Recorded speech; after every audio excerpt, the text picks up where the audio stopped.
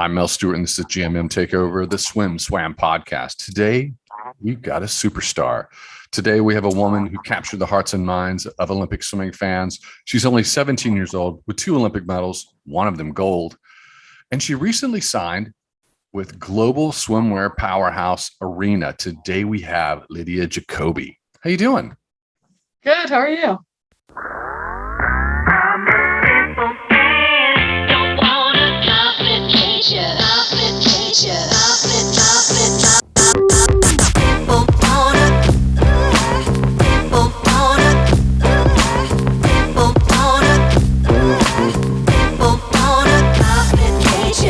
I was talking to my buddy Mark Pinger over at Arena, who I'm an old man, and we were contemporaries. We went to the Olympics about the same time, and we competed at the same time. Now he's heading up Arena North America, and he was extraordinarily excited about the partnership that you have with Arena. And my understanding is that he flew to Alaska. Is that correct? He did, yeah. Yeah, Mark was up there, and then quite a few other people from Arena and Mike Lewis. So it was a really great group, and it was good to get to meet everyone in person. So I have a little insight into what transpired over the past week. So there was the announcement of your partnership with them. And, before something like that happens, when you have an Olympic champion, somebody who is young and a star, and this is a breakout moment, there's a lot of stuff happening behind the scenes. We knew about the photography. We knew what the plan was. We knew the timing of it. Then we start tracking the traffic on SwimSwam. And this past weekend, this was a college invite weekend plus International Swimming League match. Mm-hmm. And just so you know, you topped everybody with your announcement in terms of traffic. Wow. That's kind of crazy. Yeah. It's a little bit crazy, but I'll be honest with you. I was a little bit surprised. I was like, there's a lot of great swimming meets happening. And this is I don't want to say this is a formality. This is what we expect. But, we do expect you to make these kinds of partnerships. And but the audience really responded to it. I think it's because of Mike Lewis's photography. What do you think? Yeah, he did an incredible job. It was really fun. I also think it's interesting to people with the NIL rules and stuff, starting to see people partner. I think people have been waiting kind of for some of the US Olympians that fall under that category to start partnering. They're just interesting. It's something different, I guess. It's, I think that over the years, a lot of athletes would they would commit to college. And, Missy Franklin's a good example. She had her big Olympic moment. She gained global fame, and mm-hmm. She said, I want to swim in college for 2 years. And she did not, she didn't make any money. And that's a tough road my understanding, it was an agreement to swim for 2 years and then focus on the next Olympics. And mm-hmm. It's got to feel like a huge weight off your shoulders to say, I've mortgaged my childhood for the sport of swimming, and now I can earn a little bit of money. That's got to feel nice. Yeah, definitely. Yeah, it's pretty cool. It's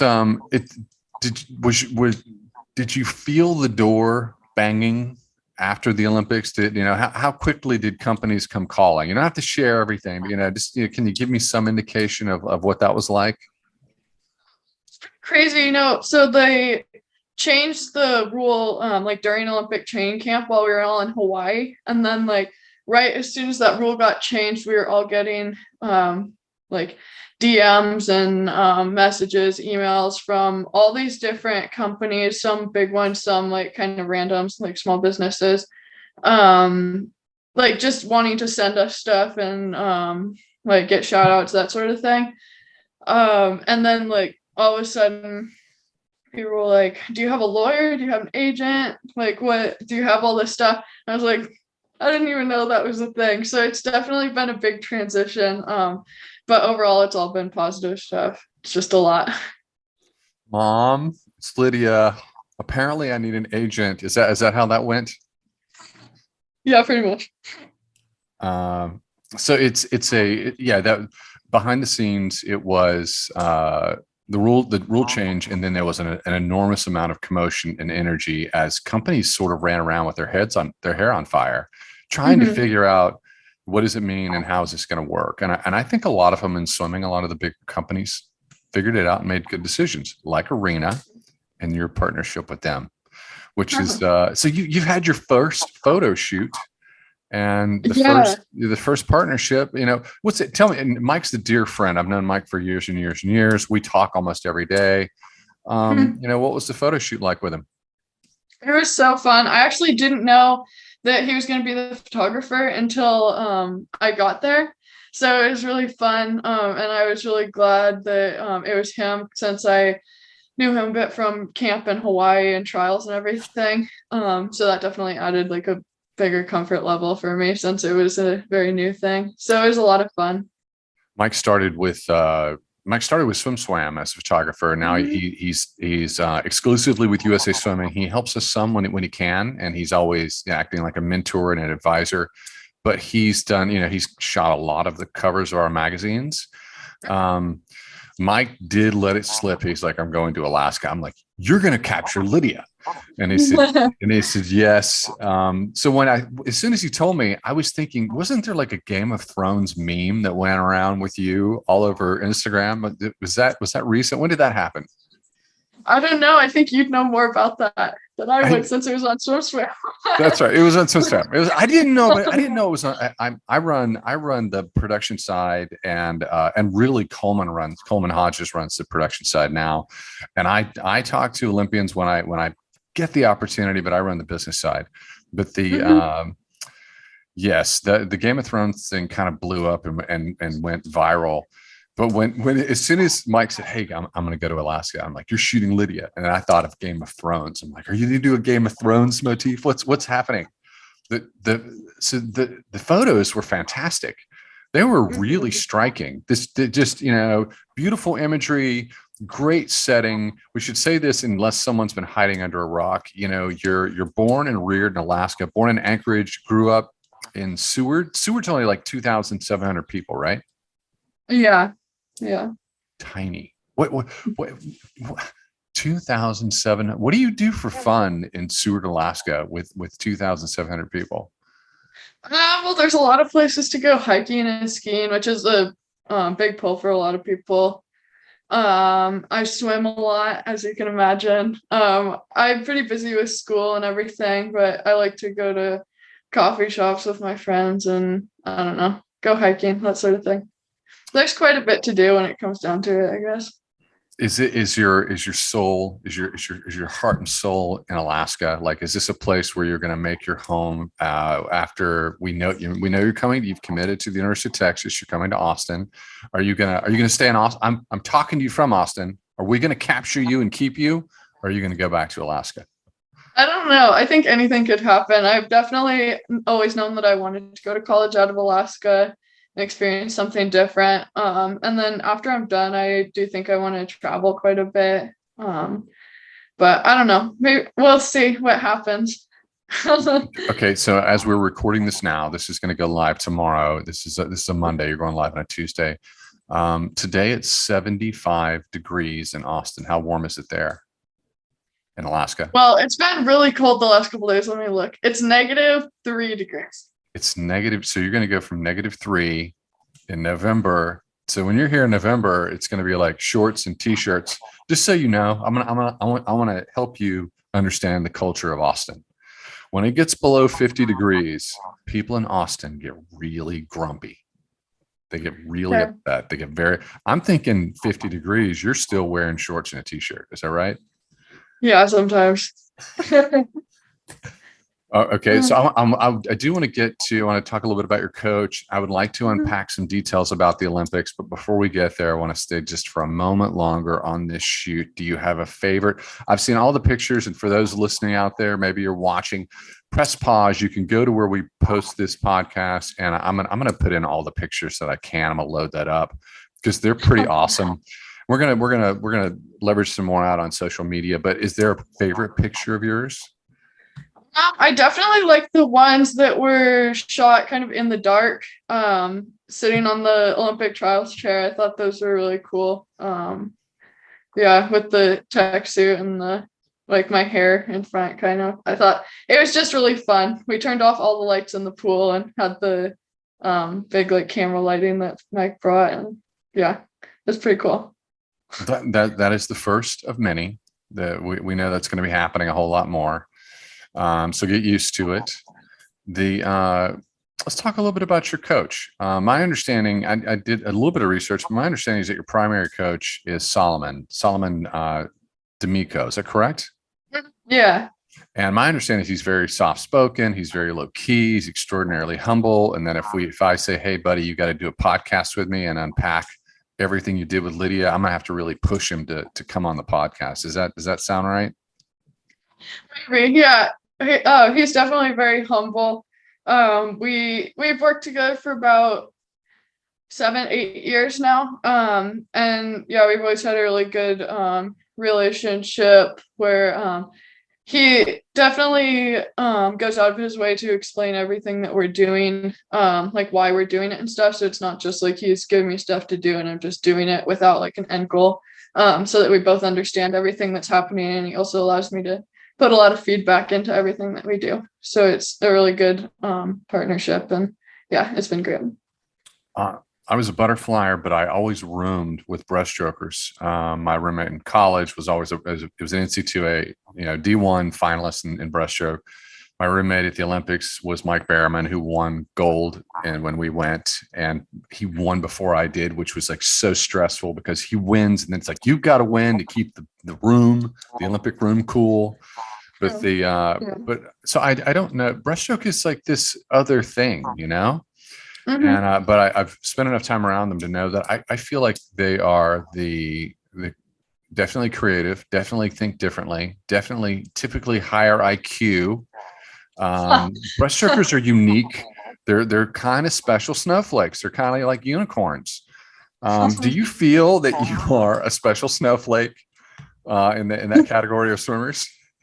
I guess so. Yeah, I guess people always talk about breaststrokers being weird, and I think I fit into that category pretty well once you get to know me. But yeah, breaststroke's definitely different. I think we train so differently than any other stroke. It's just you're doing different things around different people, so kind of naturally sets you apart from the rest of the group in a sense. It's so what I'm leading to is this, that some coaches can coach. Some coaches are great coaches, but they can't coach breaststroke. And because breaststroke is sort of like a golf swing. If anything goes wrong, it's all underwater. You're crushed. Everything has to be perfect. Timing, torque, rhythm. It has to be. You have to do it correctly. So Solomon has some special skill. Well, just out of curiosity, did he swim breaststroke? Did he compete in breaststroke? Where does his skill come from? You ever asked where that background comes from? Yeah, no, actually he wasn't a swimmer, but yeah, he's studied exercise science, I believe, in college. So and has done like a lot of courses on exercise and motion, and knows a lot about like movement in the body, I guess. So it's just fit together really well. He was a big track athlete, so I actually did track freshman and junior year, not sophomore because of COVID. We didn't have a season, but so that's been a good way to kind of expand my training as well. But yeah. What I'm hearing is he threw a lot of science at your breaststroke. So he's a hard data in science. Yeah. Yeah, we definitely do a lot of that with like technique. And we don't do very high yardage at all. So yeah, it's definitely been a different approach than I think a lot of people have. It's a lot of people in track and field, friends who are coaches in track and field, say that race pace is you guys are in swimming, it's almost like a religion. People got upset because you'd say, oh, you're doing race pace, and then you couldn't like it. Everyone had to hate it. They had to call it something else. But these track and field coaches told me that this is standard in track and field, and that it's just a part of training. Can you give me an example of a set that you would do, a favorite set that you would do that Solomon would give you? Okay, let's see. We do We do a set called VO2 max set, or that's what we call it, and it's 8 rounds of 5 minutes. 3 minutes of swimming, 2 minutes of rest, and the 3 minutes you're swimming at like 80 to 90%. So it's pretty like intense, and then you get a lot of rest, and then you do it again. So I guess I wouldn't say I necessarily like that in the moment, but that's one we do pretty often as like a test set. And I just record how far I get each time, kind of how I feel and stuff. So that's a good one. We also do a 500 kick for time every week, breaststroke kick. So it's interesting to see how that changes. So yeah, that's a few of them. What do you go in your 500 kick? Can you drop your time? Can you share it? I think 7:14 is my best, I think, or 7:11. Now it's a 500 yard. I know you train in a yard pool. Yeah, 500 yard breaststroke kick with a board. Do you do Mike Berriman, Olympic champion, 1992, 200 breaststroke? He would always sit with his legs flailed out next to his behind, which just puts incredible stress on your knees. Do you do that? It's funny, actually. When I was little, I used to always sit like that. Like I would sit, like play with my dolls for hours, just sitting like that. Like that was comfortable for me. And then when I was about 12, I started having some like knee issues, tendonitis and stuff. And so I was going to physical therapy, and I couldn't swim breaststroke for a while. And he told me that I wasn't allowed to sit like that anymore. Oh, so really? Yeah, so I've kind of stopped. I do it once in a while to like see what it feels like, but it kind of hurts now, honestly. But yeah, I did do that. You were training before you thought you were training when you were playing with your dolls, but it sounds like it sounds like you're so stretched out that it could be it could cause problems. Yeah. VO2 max checks out. 500 test set checks out. I like the fact that you don't like it in the moment. Yeah. You're 17. Do you have those days where it's like, hey, I know we're on the ramp up to Olympic trials, but today's a recovery day.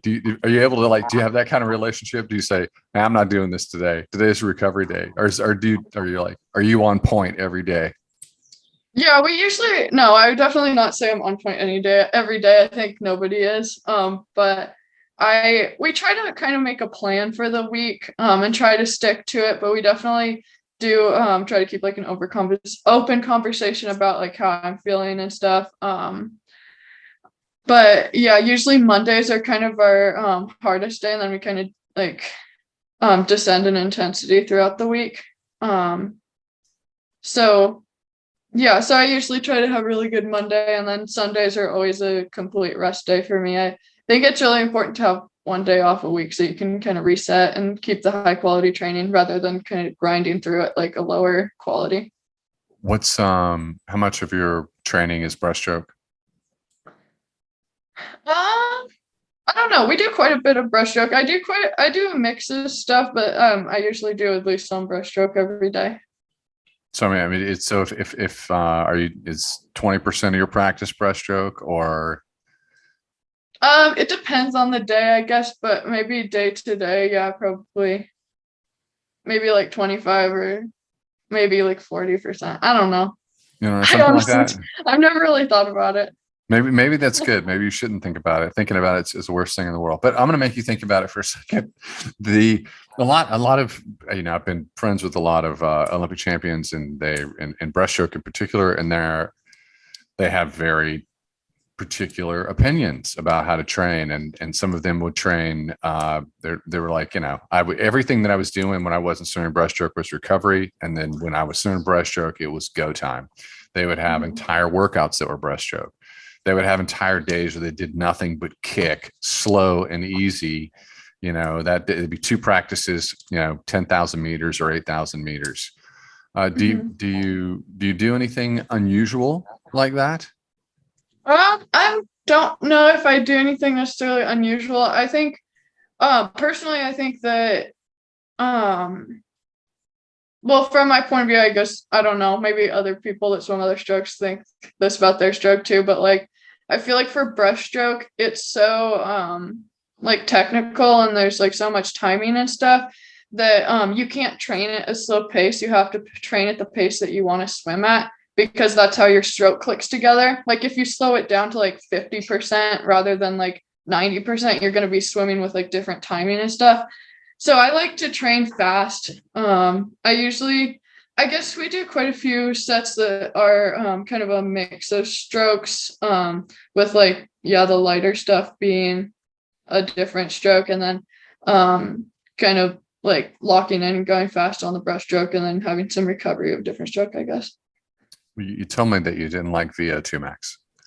Is there something that you do like? You're like, you hear this set and you're like, oh, yeah, I'm doing that. I can crush this.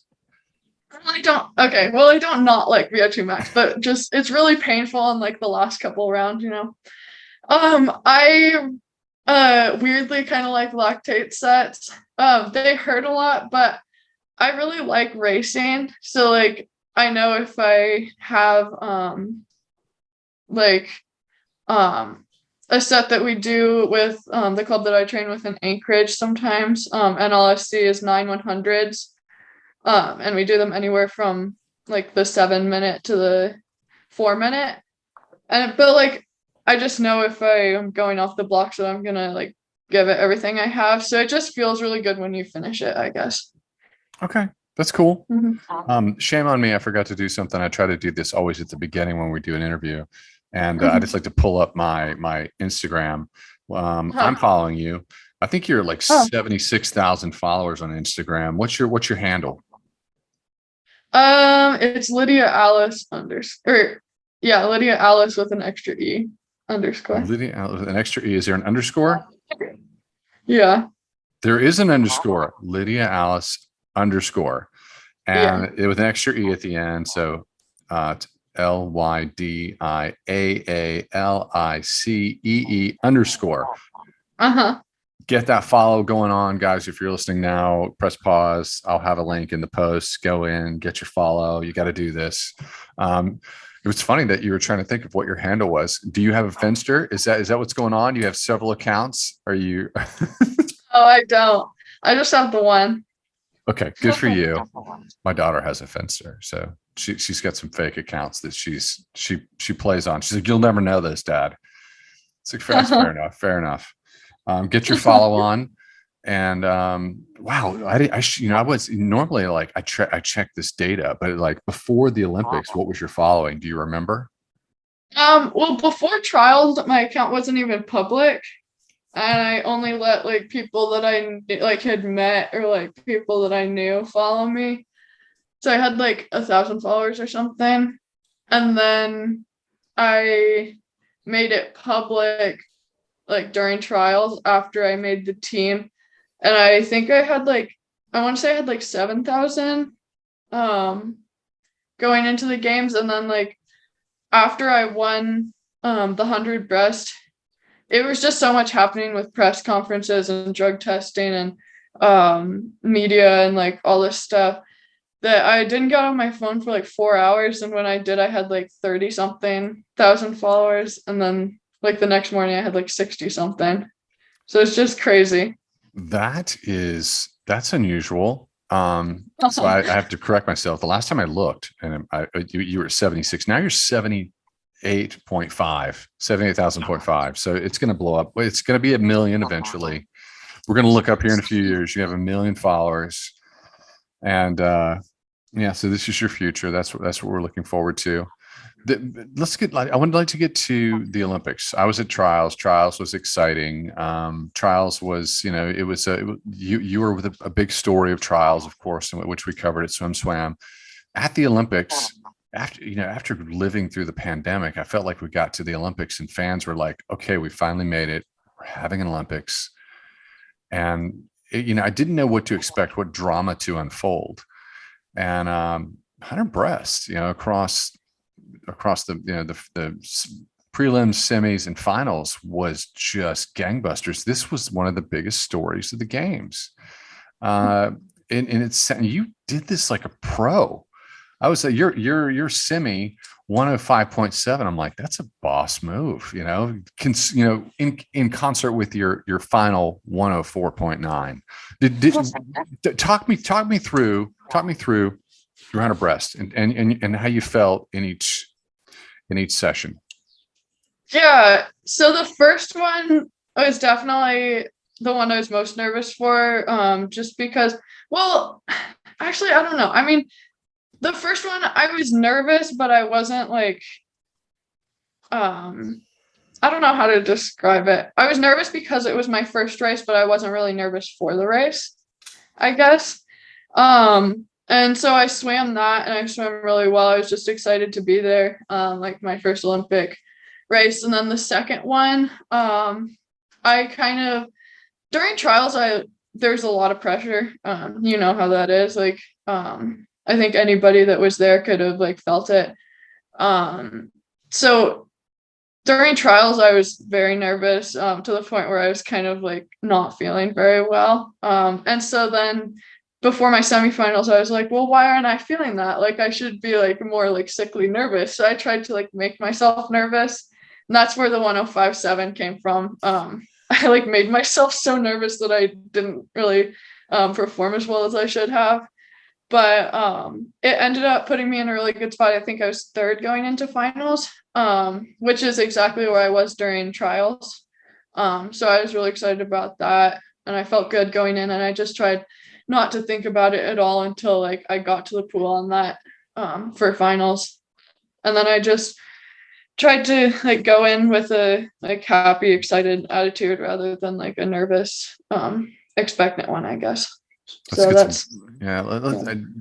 Before we get to the final and your feeling, and we talk about these times and Olympic trials in Omaha, it feels to me like the production of it, the atmosphere, it feels very Hollywood. It feels like we're at a pro event. It just feels, it feels like there's a lot of production and pump to it. And I feel like when you go to the Olympics, it's like this meet isn't as cool. It's the Olympics. It matters more, but I feel like what they do with trials creates, there's so much pressure anyway, just to make the Olympic team.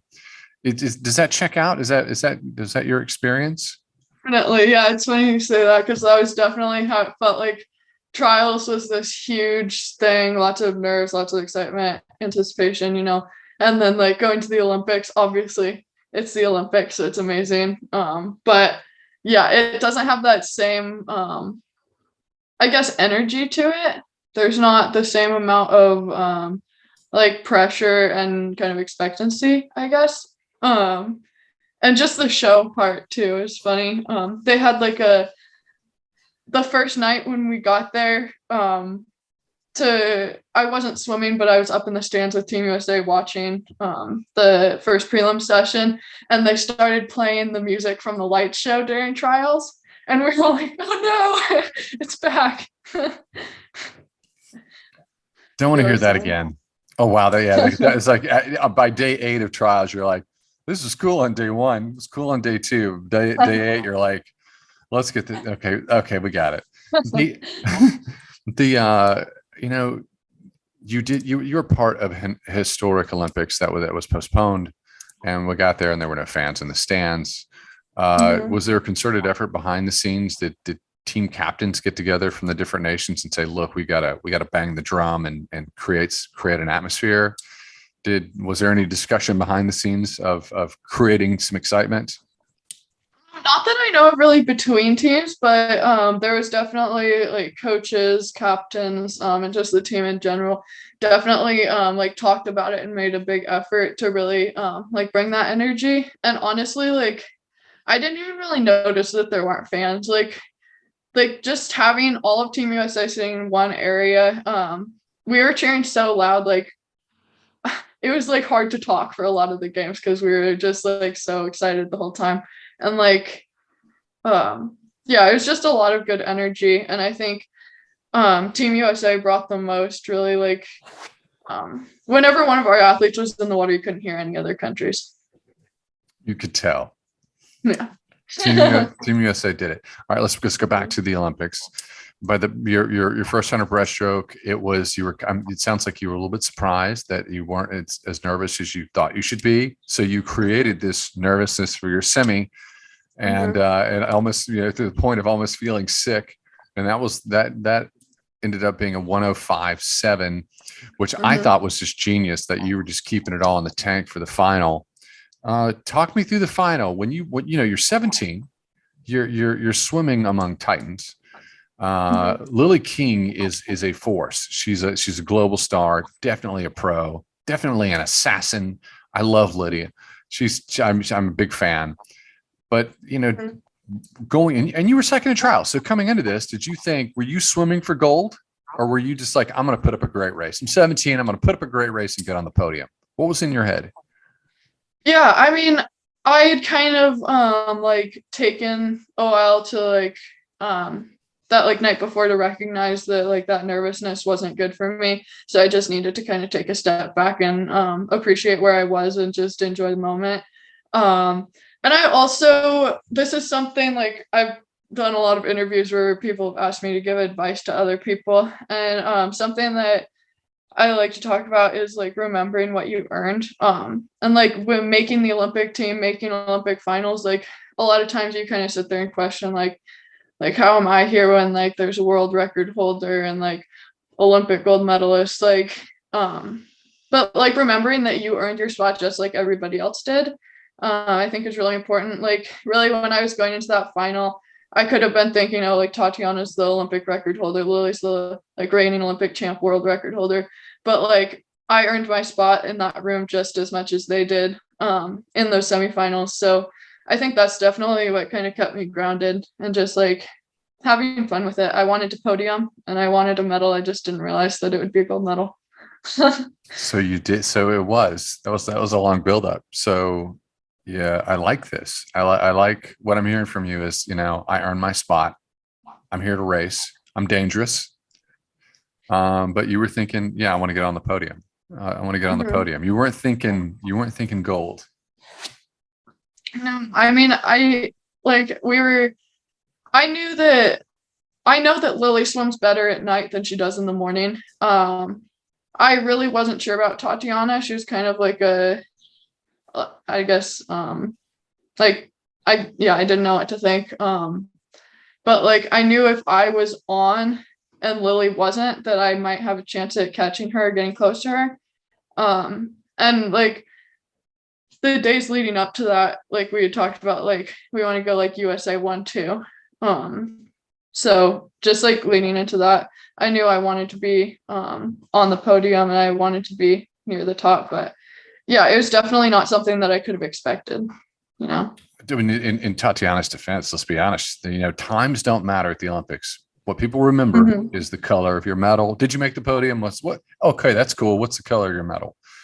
But yeah, she went the 104.82 in the semi, so she had it. She was on, and but she didn't get her hand on the wall in the final.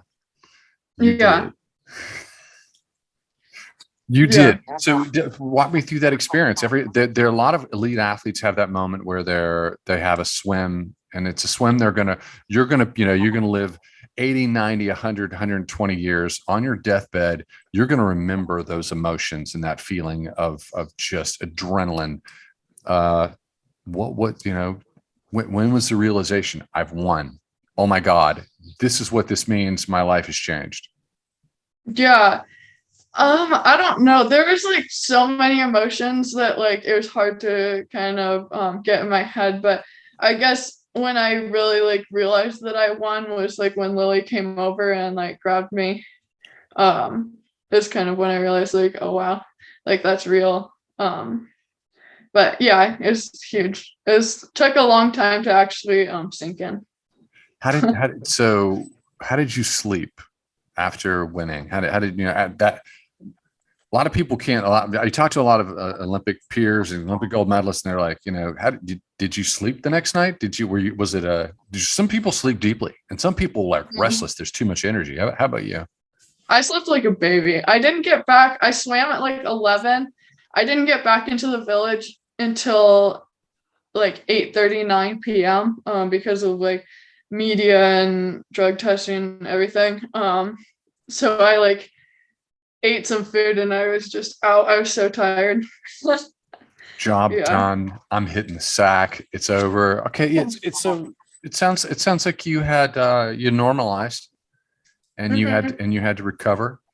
And good for you. That's cool. I like that. Mixed medley relay, Goggle Mm. malfunction. You've got here's congratulations to you. When something like that happens, I think back to Michael Phelps in 2008. I don't know if anybody pointed that out to you, but like, he swam a 200 fly and his goggles filled up with water. And like, he used to Mhm. like prepare for moments like that Mhm. because you don't know what's going to happen. How did you pull off that swim? Because your time was on point. I was just like absolutely freaking out. Like I was like, we had so they didn't tell us who was going to be on the relays, right? Until like um the coaches pulled me aside and told me after my 100 breast, which is they were like, you need to like take today to be like excited about this, and then like reset, refocus, you're still competing. You don't have a gold medal, you want one. So I kind of had that mentality going on, and then they told me that I was going to be on both those relays. And then I had practiced some relay starts with Ryan, and it was definitely like I was kind of nervous because I knew he was going to be coming in a lot faster than like Right. I'm Reagan. gonna say Um, Ryan Murphy. Yeah, Ryan Murphy. yeah, but yeah, so I was definitely nervous. I didn't want a false start because I didn't want to like expect him to come in too fast. Um, and then yeah, when I dove off the blocks, I was just like, this isn't real. How could this be happening to me right now? But yeah, there's just so much adrenaline. Like I dove in, it happened. I was like, oh no, like how is this actually happening right now?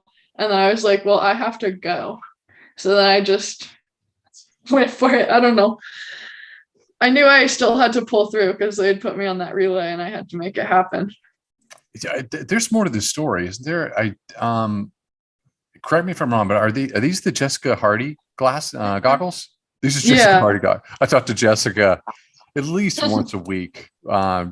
She works for a big retailer now, and she's a mom, but she's a really cool lady. But no, so this is right. So these are the goggles. She gave you these goggles, and you wore these goggles. Um, and the Hardy goggles malfunctioned. Ouch. Yeah, Ouch.